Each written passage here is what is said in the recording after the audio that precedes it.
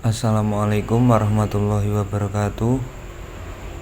Perkenalkan, nama saya Bagus Putra Sulung dengan NIM 2022-53111 dan teman saya Muhammad Irsyad Nizaruddin dengan NIM 2022-53098. Pada video kali ini saya dan teman saya akan mempresentasikan hasil kerja kami pada tugas ujian akhir semester dasar pemrograman. Di sini kami membuat sebuah game dengan software Greenfoot dengan judul game yaitu Space Shooter.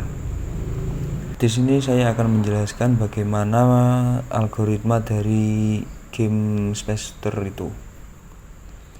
Pertama-tama, game ini yaitu bertemakan sebuah game pertarungan luar angkasa di mana ada sebuah roket dan sebuah monster.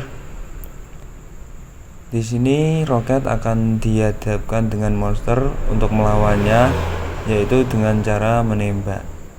Jika monster terkena tembakan, maka nyawanya akan berkurang. Dan jika nyawanya habis, maka monster tersebut akan hilang. Di sini roket sebagai player juga memiliki nyawa. Jika para musuh atau monster itu melewati atau mengenai roket, maka nyawa dari roket tersebut akan semakin berkurang, dan jika nyawa habis, maka roket dan game ini berhenti dan player akan kalah. Di sini juga terdapat skor yang merupakan sebuah tampilan saat player berhasil menghilangkan musuhnya dengan tembakan. Satu musuh hilang, maka player mendapatkan satu skor, dan jika skor bisa mencapai 50, maka player dapat memenangkan game ini. Seperti itulah kira-kira gambaran dari game tersebut. Selanjutnya saya akan mencoba untuk menjelaskan codingan dari game Space Shooter ini. Selanjutnya saya akan menjelaskan mengenai metode dan konstruktor pada game Space Shooter ini. Pada game ini terdapat konstruktor yaitu public my world. Ini merupakan konstruktor untuk kelas my world. Konstruktor ini dipanggil ketika objek my world dibuat. Pada konstruktor ini akan menampilkan ukuran 700 x 500 pixel yang dibuat dengan codingan super kurung buka 700, 500, 1 kurung tutup. Selain itu ada metode. Di sini terdapat banyak metode, yaitu yang pertama ada public void sound.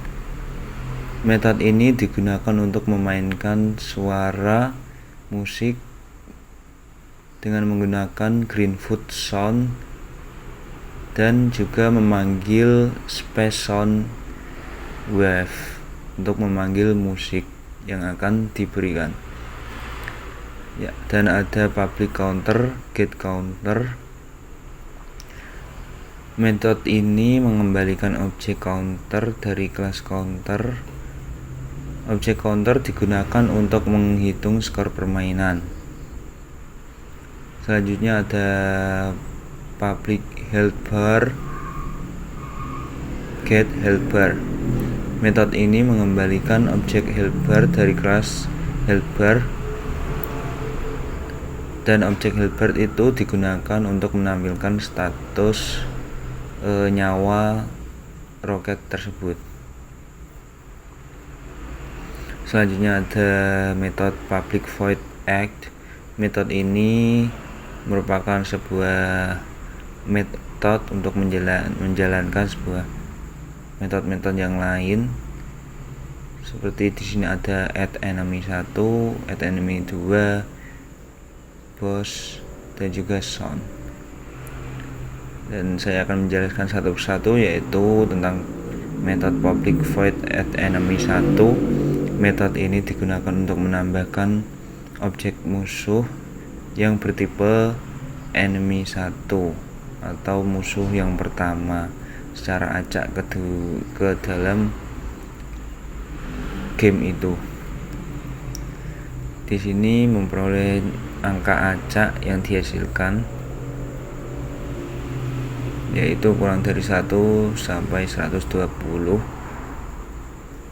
Jika angka acak itu berhasil, maka objek musuh enemy 1 akan ditambahkan. Dan juga ada public void boss. Di sini juga sama seperti add enemy 1, kurang lebih sama, untuk menambahkan musuh yang boss. Dan juga ada public void boss true. Metode ini digunakan untuk mengatur boss in, yaitu sebuah variabel agar bos ini atau musuh terbesar bisa masuk ke dalam tampilan.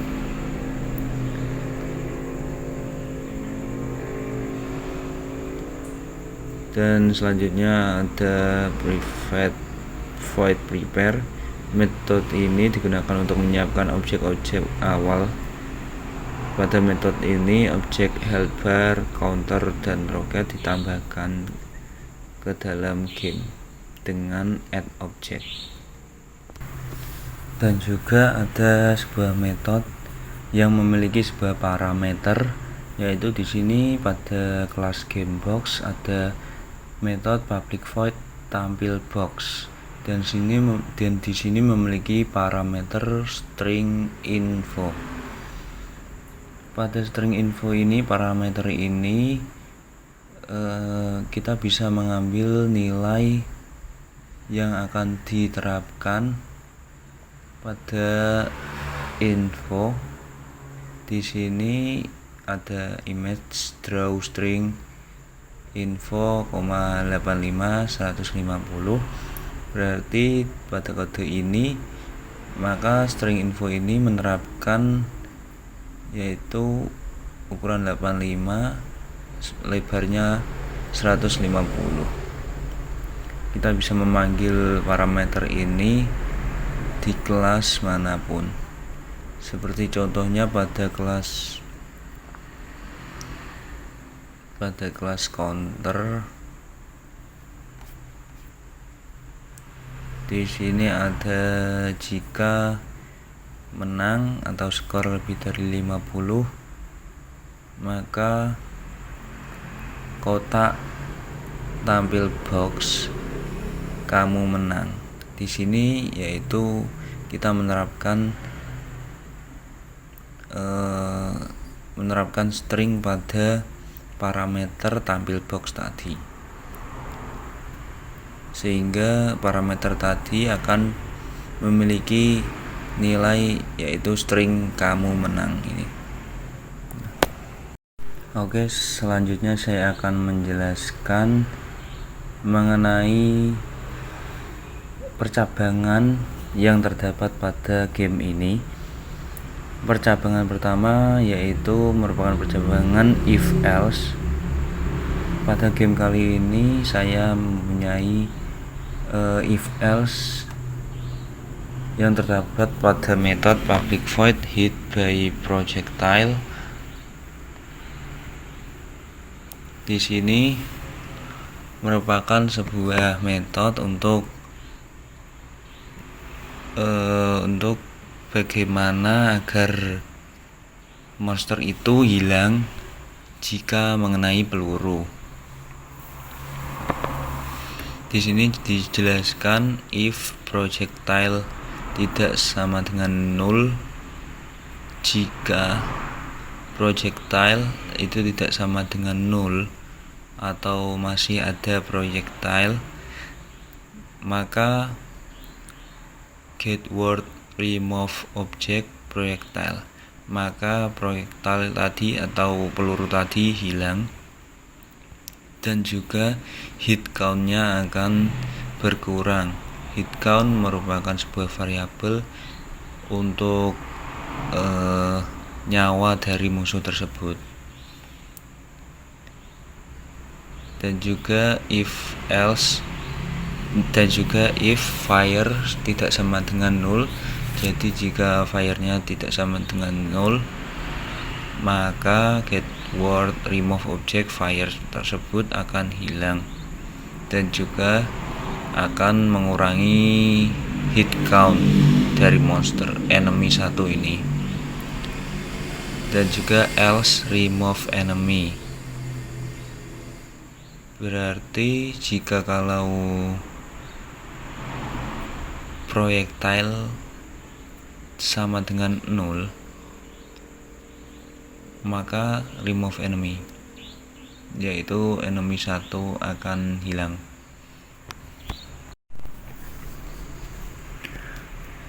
Yang kedua yaitu ada percabangan switch case. Di sini saya mengambil contoh pada public void fire projectile. Sini jika if Greatfoot is Keydon space dan can fire sama dengan true, maka akan switch Greatfoot get random number 2, yang mana akan mengambil nomor random antara 0, 1, 2.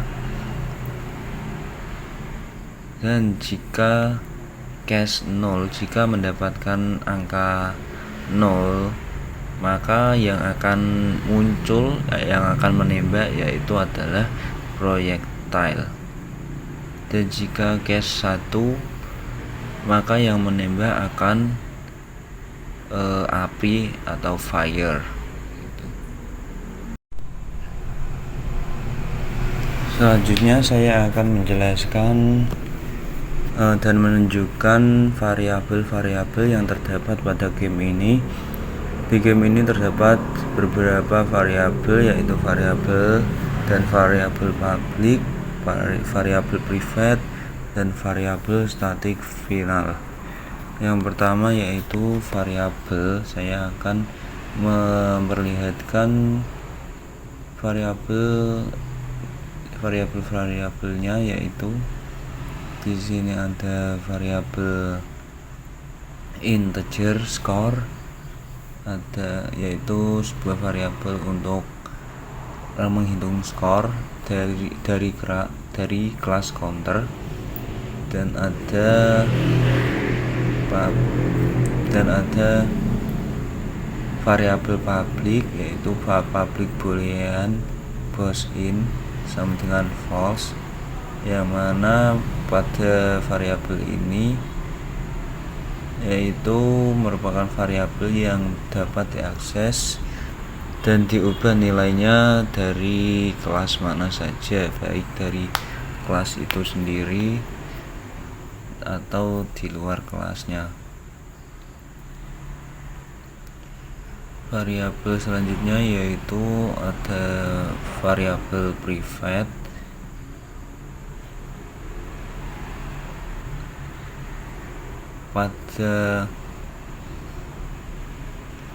Pada variabel private ya ini ada variabel private integer hit count yang diterapkan pada enemy. Di sini ada boss, yaitu private integer hit count sama dengan 6. Jika di enemy 1, private integer hit count sama dengan 2, dan ada private integer hit count sama dengan 4 pada enemy 2. Variabel ini merupakan sebuah variabel untuk nyawa dari musuh-musuh tersebut, yang mana variabel ini hanya dapat diakses dan diubah nilainya dari kelas yang sama dari tempat variabel itu dideklarasikan. Yang selanjutnya ada variabel static final. Variabel ini berada dalam kelas Gamebox. Di sini ada public static final float font size yang memiliki value 40,0 dan ada public static final integer weight sama dengan 400 dan juga ada public static final integer height sama dengan 300. Variabel ini merupakan variabel yang memiliki nilai tetap dan tidak bisa diubah-ubah di luar kelas. Di sini merupakan variabel untuk membuat sebuah tampilan box untuk pada tampilan saat kalah atau menang. Di sini ada font size-nya, yaitu ukurannya font yaitu 40, dan ada ukuran dari tampil boxnya sendiri yaitu lebarnya 400 dan tingginya 300.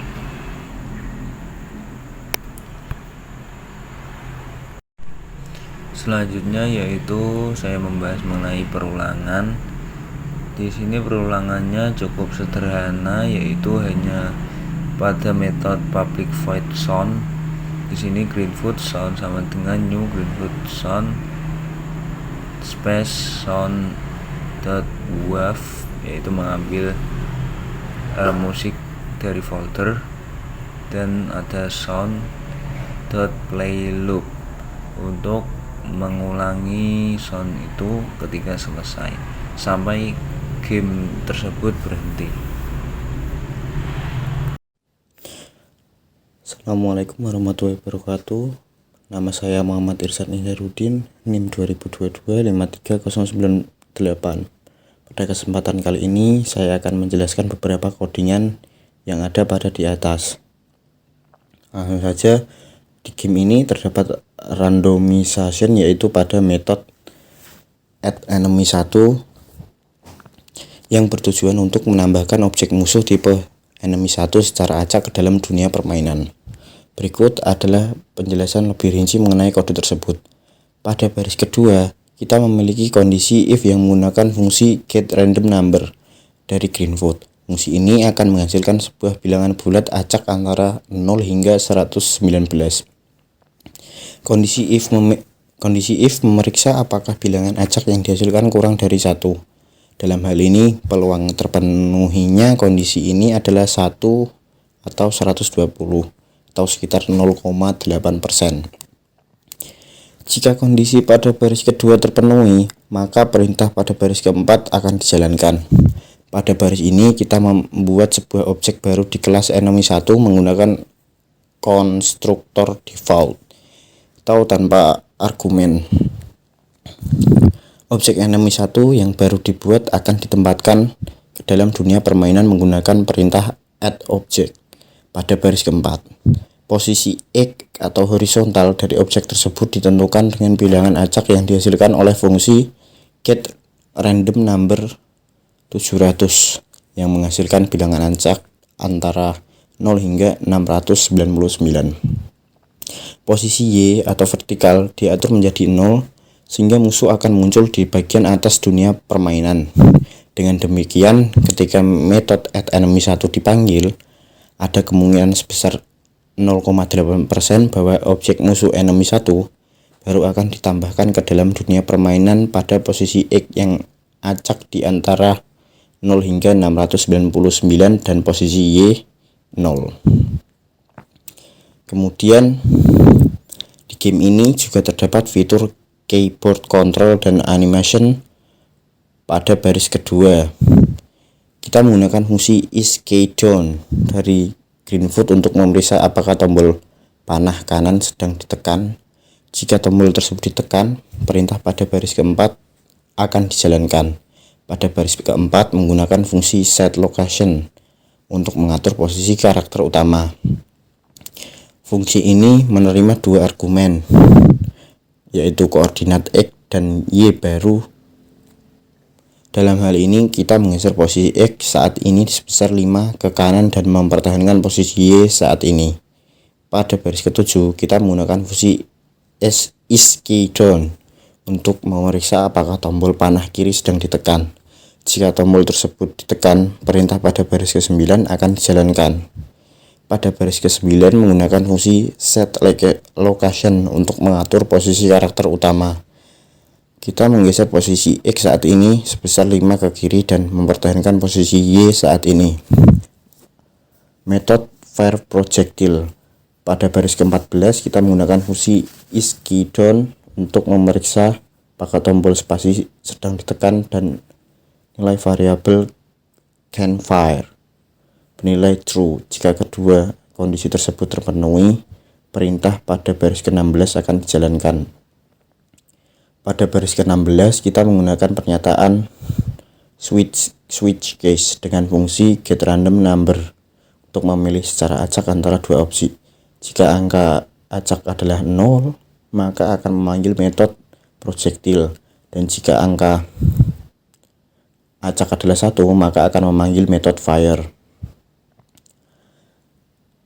Pada baris ke-19 mengatur nilai variabel canFire menjadi false untuk mencegah tembakan berulang. Pada baris ke-22 kita menggunakan negasi tanda seru dari fungsi isKeyDown untuk memeriksa apakah tombol spasi tidak lagi ditekan. Jika kondisi tersebut terpenuhi, perintah pada baris ke-24 akan dijalankan. Pada baris ke-24 mengatur nilai variabel canFire menjadi true yang kemungkinan pemain untuk menembak proyektil lagi setelah tombol spasi dilepaskan. Dengan implementasi ini, pemain dapat menggerakkan karakter utama ke kanan atau ke kiri menggunakan tombol panah dan menembakkan proyektil dengan menekan dan melepaskan tombol spasi. Nah, seperti itulah hasil codingan yang saya buat agar dapat menjalankan game Space Shooter ini. Selanjutnya saya akan memperlihatkan bagaimana game ini berjalan. Silakan simak videonya.